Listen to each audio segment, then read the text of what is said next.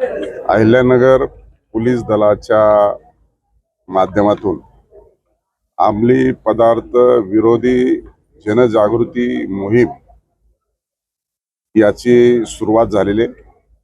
देशाचे आदरणीय पंतप्रधान नरेंद्रजी मोदी, राज्याचे आदरणीय मुख्यमंत्री देवेंद्रजी फडणवीस साहेब यांनी आवाहन केलं। आव्हानाला अतिशय सकारात्मक प्रतिसाद देत राज्यातील सर्व राज्यात पहिल्यांदाच अहिल्यानगरमध्ये हे अभियान सुरू झालेले आहे। शेवटी समाज माध्यमामध्ये आणि समाजामध्ये एवढा सुळसुळाट या अंमली पदार्थाचा झालेला आहे आणि थेट देशाच्या पंतप्रधानांनी आवाहन केलं, राज्याच्या मुख्यमंत्र्यांनी आवाहन केलं। याच्यानंतर निश्चितच सर्वांची जबाबदारी बनते की अशा पद्धतीचे इनपुट्स आणि सर्व रिपोर्ट आल्याच्या नंतर शेवटी आपली भविष्यातील पिढी ही बिघडू नये, भविष्यातील पिढीच्या त्यांना वाईट सवयी लागू नये, त्याच्यापासून दूर राहिल्या पाहिजेत। आणि त्याच्यामुळे ही चळवळ, ही मोहीम सर्वांनी मिळून हाती घेतल्याच्या नंतर निश्चितच आपल्या भविष्यातील आदर्श पिढी घडू शकते, त्यांचं भविष्य चांगल्या पद्धतीने होऊ शकतो। ते कुटुंबाचेच फक्त भविष्य नाहीये, तर ते आपल्या जिल्ह्याचं भविष्य, आपल्या राज्याचं भविष्य आणि आपल्या देशाचं देखील भविष्य आहे।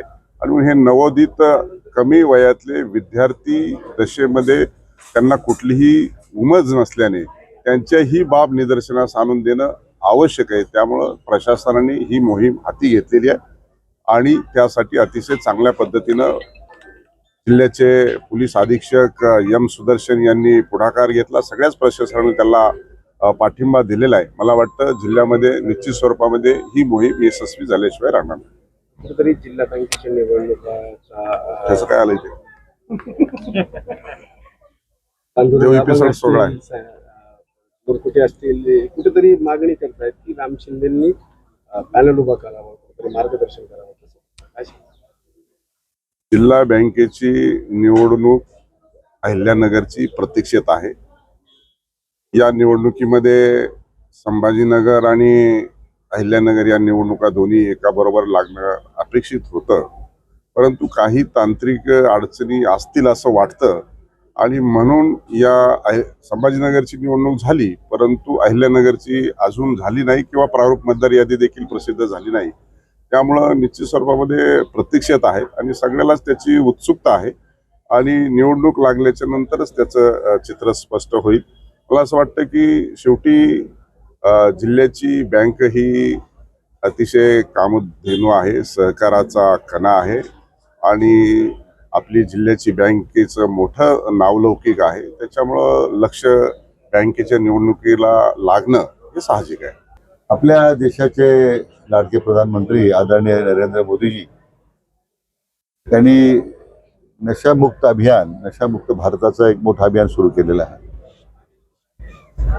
देशामध्ये ते सुरुवात होत असताना राज्यामध्ये सुद्धा आपले लोकप्रिय मुख्यमंत्री माननीय देवेंद्रजी फडणवीस यांनी सुद्धा तशाच प्रकारचं अभियान आता राज्यभरामध्ये सुरू केलेलं आहे।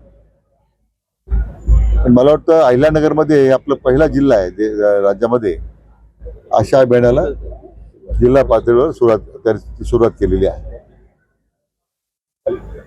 मी जिल्ह्यातील सर्व आमचे पोलीस अधीक्षक आणि प्रशासनाचं अभिनंदन करतो आणि आज नशामुक्त भारताची ही घोषणा, जे अभियान आदरणीय प्रधानमंत्र्यांनी सुरू केलंय, आज काळाची पावलं ओळखून अंमली पदार्थाचा जो प्रचंड प्रमाणामध्ये त्याचा बाजार होतोय, त्याचं लोक व्यसनाच्या अधीन जातात, त्यातून आता त्यांना मुक्त करायचं, लोक जागृती करून अधिकाधिक लोकांनी याच्या व्यसनापासून बाजूला राहावं, यासाठी मला वाटतं अभियानाचे निश्चितपणे त्याची उपयुक्तता ठरणार आहे। दुसऱ्या टप्प्यामध्ये आपल्या अहिल्यानगरच्या प्रत्येक महाविद्यालयामध्ये जाऊन, शाळेमध्ये जाऊन काउन्सिलर्स नेमून मला वाटतं त्यामध्ये सुद्धा एक काउन्सिलिंग करण्याचं काम जिल्ह्याच्या वतीने मी आता करण्याचा निर्णय आज केलेला आहे।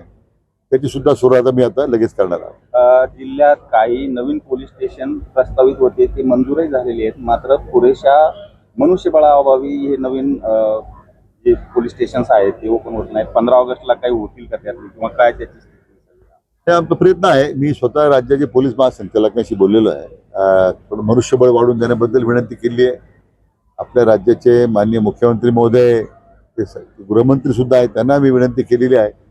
आता आपला प्रयत्न आहे की जर मनुष्यबळ वाढून मिळालं तर ज्या पोलीस स्टेशनची जी आता संख्या वाढणार आहे त्यासाठी त्याचा उपयोग होईल. तर प्रत्येक पोलीस ठाण्यामध्ये अंमली पदार्थ विरोधी पथक देखील आता नियुक्त करण्यात हं? प्रत्येक पोलीस ठाण्यामध्ये अंमली पदार्थ विरोधी पथक देखील नियुक्त करण्यात येईल. आता मनुष्यबळाचा प्रश्न आहे, परंतु विशेष करून जिल्हा नियोजन मंडळातून प्रत्येक पोलीस विभागाला अशा प्रकारची काही आम्ही साधनं उपलब्ध करून देतोय की ज्यामध्ये प्रत्येक डिव्हिजनमध्ये किंवा आपले जेवढे जे SDPOचे डिव्हिजन आहेत तिथे जरी आपल्याला एखादं वाहन उपलब्ध करता आलं पाहिजे, महिला पोलीस कर्मचारी त्याच्यामध्ये राहतील, त्याला थोडा कलर आम्ही वेगळा देतोय त्यातून मग अधिक त्याला ह्या सगळ्या अंमली पदार्थ विरोधी मोहिमेला त्यामुळे गती येईल. तर दुसरं झालं. अंमली प्रमाणपत्रा संदर्भात आता जे आहे त्यांनी कुठेतरी आरोप केलेला आहे ते प्रमाणपत्र अवैध होत आहे, ते बरोबर आहे. कुठेतरी OBC आरक्षणावर घाला घालण्याचा प्रयत्न आणि सरकारमधले जे मंत्री आहेत जाणीवपूर्वक अवैधला वैध करण्याचा प्रयत्न करतात समितीच्या मार्फत असा आरोप करतात. असं आहे की असं आपण जे दाद पडताळण्या समिती आहेत त्याला ते कॉन्स्टिट्युशनल अथॉरिटीज आहे, त्यांना काय कोणी दारिशन देऊ शकत नाही प्रमाणपत्र खोटं देण्याबद्दल. एक व्यवस्था निर्माण झाली अनेक वर्षाची, मान्य सर्वोच्च न्यायालयाच्या निर्णयानंतर ती व्यवस्था राज्यामध्ये काम करते. आता वंशावळ समिती गाव पातळीवर आहे, तालुका पातळीवर आहे, त्यांनी तो निर्णय ज्या पद्धतीने समोर पुरावे येतात ते निर्णय करतात. आता काही बाबतीमध्ये जर काही खोटे कागदपत्र दिले असतील, काय झाले असेल तर त्याच्यामध्ये त्यांना दाखले दिले असतील तर रद्द होतील किंवा मिळणार नाही. त्यामुळे त्यांना राजकीय हस्तक्षेप करण्याचा प्रश्नच उद्भवत नाही. पण कुठेतरी आरोप प्रत्यारोप करून दोन समाजात तेढ निर्माण करण्याचा असं वाटतं. दुर्दैवाने लक्ष्मण हाकेंची हाक कोणी ऐकायला तयार नाही, हे त्यांचं दुर्दैव आहे. त्यामुळे त्या त्रागापोटी ते जास्त मला वाटतं आरोप करतायत.